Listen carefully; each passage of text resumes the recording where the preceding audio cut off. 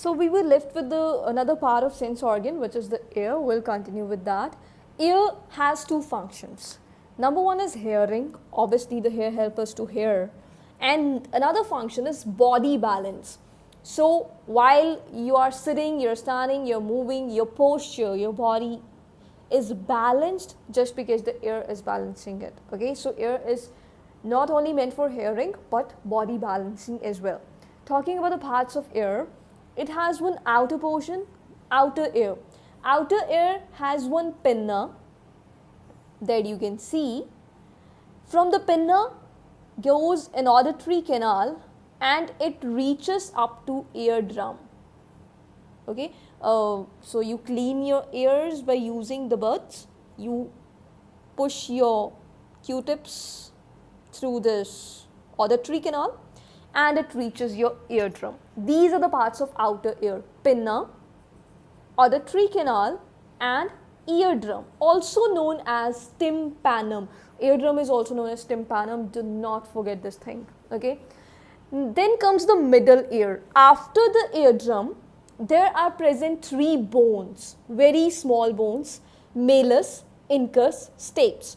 Malleus is also known as hammer, incus is also known as anvil, and stapes is also known as stirrup. Okay. These are the names used in science. Well, the others, the hammer, anvil and stirrup, are the popular terms. Okay. And these three bones together are known as ear ossicles. Okay. Then there is another part in middle ear, which is the eustachian tube. Eustachian tube connects the ear with the throat. So imagine putting an eardrop in your ear and it reaches up to your throat. That is because there is a connection between two, and that connection is the eustachian tube. Then there are two windows in the middle ear, which are oval window, round window. So let me make a clear sketch. So here is the eardrum. Near the eardrum is present the first bone, which is hammer. Nearby it is attached the anvil, and next to anvil only. Anvil. After the hammer is the anvil, also known as incus, and at the last one is the stirrup. So now this is the middle ear, right? So this third bone, stirrup or stapes, is linked with the inner ear via an opening, and this opening is known as oval window. But there is another window also, which is not connected to any other bone, but it is still joining middle ear with the inner ear, and that window is the round window. So there are two windows in the middle ear, oval and round. Both are connecting middle ear to the inner ear. One is connected with a bone, stapes, also known as stirrup. Another one is free, right? Then comes the inner ear. Inner ear has three parts. It's cochlea, semicircular canal and vestibule, right? Cochlea is a spiral shaped organ. Semicircular canals are three canals which are at right angle to one another. Okay, and then there is a vestibule. And vestibule is further divided into two parts. It is, the upper portion is utriculus and this lower portion is sacculus. Utriculus and sacculus, right? So inner ear is having three parts: cochlea, semicircular canals and vestibule. Cochlea is a spiral shaped organ, looks like a snail shell, and it has three layers. When you open this cochlea, it has three layers, and all the three are filled with a fluid. The outer layer is known as vestibular canal, middle one is median canal, and the innermost is the tympanal canal.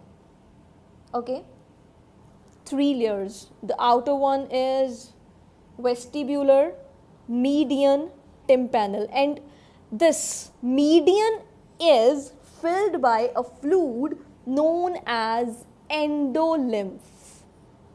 and this one, they are filled with perilymph. Okay, we are talking about cochlea, the spiral shaped organ. And now this middle canal, it is having an area where the sensory cells are present. Inside the cochlea, within the median canal, are present all the sensory cells which will receive the stimulus of hearing. These sensory cells will help us to hear, okay, and they are present on a membrane known as basilar membrane. Median canal, within the median canal is present a membrane known as basilar membrane. On that membrane sensory cells are located, and the part of median canal where the sensory cells are located, that part is known as organ of Cottai. So if you can hear, or if we can hear, that is just because of the presence of sensory cells. And where exactly are these sensory cells present? They are present inside the median canal of the cochlea. Alright, now moving further, the other part of the inner ear is a set of 3 semicircular canals, 1, 2, 3. They are present at right angle to each other, okay, and when these semicircular canals, they end, their base is a bit swollen, and that base is known as ampulla.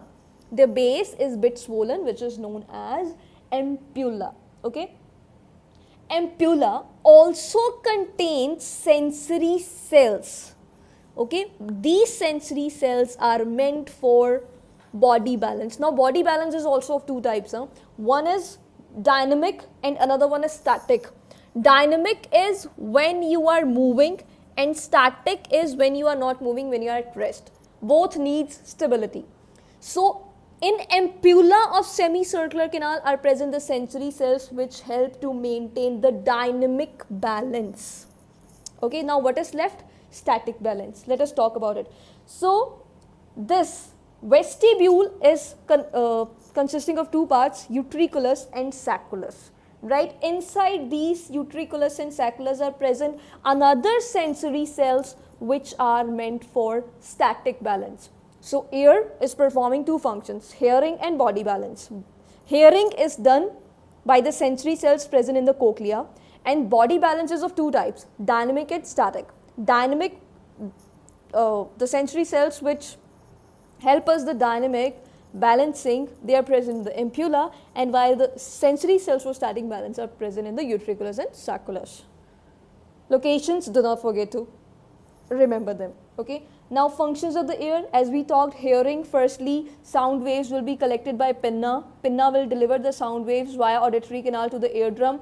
Eardrum will start vibrating, then the 3 bones attached with the eardrum, which are malleus incus, they will start vibrating, and then vibrations will reach to the inner ear. Then the fluid inside the cochlea will start vibrating, and then the sensory cells will get to know that there is some kind of stimulus being received by the ear. Then they will send the message to the brain via auditory nerve. So the nerve concerned with ear is auditory nerve. It will take the message to the brain, and then brain will recognize what's going on, and it will interpret the message for you, right. And then is balancing. So whenever you are moving, whenever you are walking, whenever you are sitting, all these things are managed by your ear, by the sensory cells which are present in, if you are moving, then the sensory cells of ampulla will work, while if you are sitting and doing something, like now you are sitting while listening to this audio, video, whatsoever, now which sensory cells are working, which are present in the utriculus and sacculus. Alright, and another thing, when you spin around, when you spin continuously round and round and round, then if you try to stand erect, you can't. This is because when you spin, around your own axis, when you spin, at that time the fluid inside your ear is still, spinning. So if you want to stand straight right after spinning, you can't do this. This is just because the fluid inside all these semicircular canals, they'll meanwhile continue to spin, because when you were spinning, your dynamic balance was being managed by ampulla. But if you'll stop suddenly, you won't be able to stop right there, because the fluid will still be moving and still the same sensory cells will be working.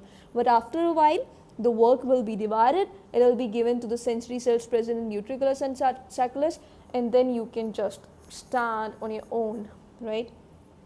So this is the theory behind the spinning. Your fluid continue to spin, and that's why you can't stand just straight after the spinning bath. Alright, with this your chapter is over. Now let's move to the next chapter after this, which is cell division.